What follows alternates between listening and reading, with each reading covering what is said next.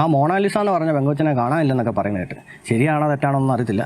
പക്ഷേ ഞാൻ പറയാൻ വന്നത് മറ്റൊരു കാര്യമാണ്. അതായത് ഈ പെങ്കൊച്ചിന് 18 വയസ്സായില്ല, 16 വയസ്സാണെന്നൊക്കെയാണല്ലോ പലരും പറയുന്നത്.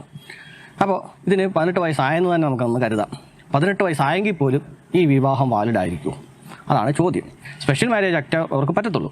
സ്പെഷ്യൽ മാരേജ് ആക്ട് ആകുമ്പോഴത്തേക്കും ഇത് 30 ദിവസം നോട്ടീസ് പീരീഡിലിടും, ഇല്ലേ? അറിയാമല്ലോ.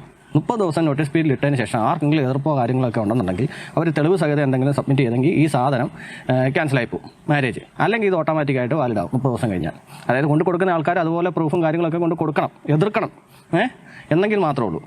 ചുമ്മാതെ പറഞ്ഞ് എനിക്ക് ഞങ്ങളുടെ വീട്ടുകാർക്കൊന്നും സമ്മതമില്ല അതുകൊണ്ട് അവരൊന്നും ഇത് ക്യാൻസലാക്കത്തില്ല. പക്ഷേ അല്ലാത്ത രീതിയിൽ എന്തെങ്കിലും നിയമ തടസ്സമൊക്കെ ഉണ്ടെങ്കിൽ അത് ക്യാൻസലാവും.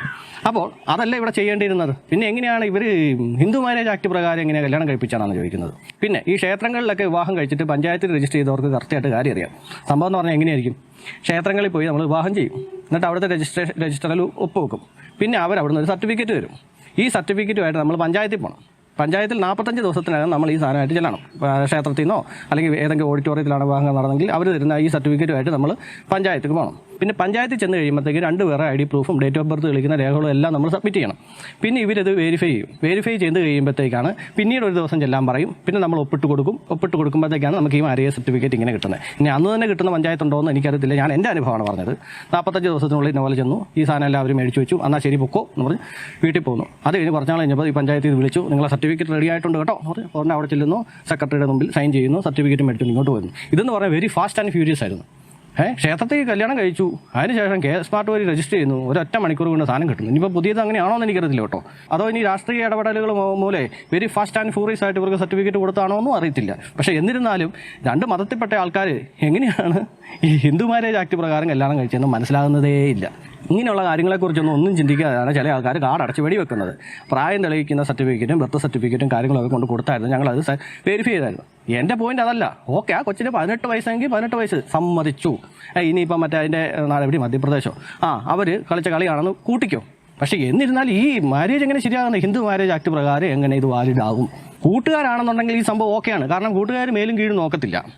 നമ്മുടെ കൂട്ടുകാരനാണെന്നുണ്ടെങ്കിൽ എടാ നീ എന്നാൽ പെണ്ണിനെ വിളിച്ചിറക്ക്, അല്ല അച്ഛനും അമ്മയും എതിർത്തെന്ന് പറഞ്ഞാൽ നമുക്കൊന്നുമില്ല, നമ്മളുണ്ട് നിൻ്റെ കൂടത്തിൽ നിന്ന് പറഞ്ഞുകൊണ്ട് അവർ മേലും കീഴും നോക്കാതെ കൂട്ടുകാരെന്ന് പറഞ്ഞാൽ അതാണല്ലോ അവർ കെട്ടിച്ചു വിടും. പക്ഷെ അങ്ങനെയല്ലല്ലോ ഒരു മന്ത്രി, അതുപോലെ ഉന്നത സ്ഥാനത്തിരിക്കുന്ന ആൾക്കാർ ഇവരിങ്ങനെയാണോ ചെയ്യേണ്ടത്? ഒരാൾ പെണ്ണും ചെറുക്കനും വന്നു കഴിഞ്ഞാൽ അതെന്താണ് കാര്യം? എന്തെങ്കിലും പ്രശ്നം ഉണ്ടാവുമോ? അവരുടെ അച്ഛനെ അമ്മേനെ വിളിച്ചിട്ട് അവരെ വിളിച്ച് വരുത്തിയിട്ട് ഇന്നപോലെയാണ് നിങ്ങളുടെ പെണ്ണും ചെറുക്കനും ഇങ്ങനെ വന്നിട്ടുണ്ട്, എന്താ സംഭവം, എന്നാ കാരണം എന്നാന്ന് ചോദിച്ചിട്ട് ഉത്തരവാദിത്തപരമായിട്ട് അവരോട് സംസാരിച്ചതിന് ശേഷമേ നടത്തി കൊടുക്കാവുള്ളൂ. പെട്ടെന്ന് 2 പേരും വന്ന് എടുപിടിക്കുന്നു, വാടാ കൊച്ചെ ID കാർഡ് എടുക്കുക, സംഭവം അല്ല സെറ്റ്, എന്നാൽ ഉപ്പിട് ഇവിടെ ഇടും അവിടെ ഇടും ഇവിടെ ഇടും, എന്നാ വിളിച്ച തൊട്ടുക്ക് വിടി ചുറ്റടി 200 300 എന്ന് പറഞ്ഞ പോലെ എന്നാ സർട്ടിഫിക്കറ്റ് എന്നാ കൊണ്ടുപോക്കും. ഇതിനകത്ത പ്രശ്നം എന്ന് പറഞ്ഞാൽ ഇത്രേ ഉള്ളൂ. ഉത്തരവാദിത്തപ്പെട്ട ഒരു സ്ഥാനത്തിരിക്കുന്ന ആൾക്കാരൊന്നും ഇങ്ങനെ മേലും കീഴും നോക്കാതെ എടുത്ത് ചാടാൻ പാടില്ല. കൂട്ടുകാരും മറ്റൊക്കെ ആണെങ്കിൽ ഒക്കെ നമുക്ക് അംഗീകരിക്കാം. ഇതൊക്കെ സ്വാഭാവികമായിട്ട് എല്ലായിടത്തും ഒക്കെ നടക്കുന്നതൊക്കെ തന്നെയാണ്. ഞാനിപ്പോൾ ഈ സംസാരിച്ചുകൊണ്ടിരിക്കുമ്പോൾ തന്നെ എത്ര പേര് പ്രേമിച്ച് രജിസ്റ്റർ ചെയ്യുന്നുണ്ടായിരിക്കും നമ്മുടെ കേരളത്തിൽ തന്നെ. അതൊന്നും പോട്ടെന്ന് നോക്കാം. പക്ഷേ ഒരു ഉത്തരവാദിത്തപ്പെട്ട സ്ഥാനത്തിരിക്കുന്ന ആൾക്കാർ ഇങ്ങനെ ഉത്തരവാദിത്തമില്ലാതെ പെരുമാറാമോ? സംഭവം ഇത്ര ഉള്ളായിരുന്നു. ദ റിയൽ കേരള സ്റ്റോറി കാണിക്കണമായിരുന്നു. എന്തായാലും ദ റിയൽ കേരള സ്റ്റോറി എന്ന് പറഞ്ഞുകൊണ്ട് അമ്മാർ ഇനി വേറെ സിനിമ ഇറക്കുമോ, ഇനി ഇത് തന്നെ അമ്മാർ കഥയാക്കുമോ എന്ന് തമ്പുരാൻ അറിയാം.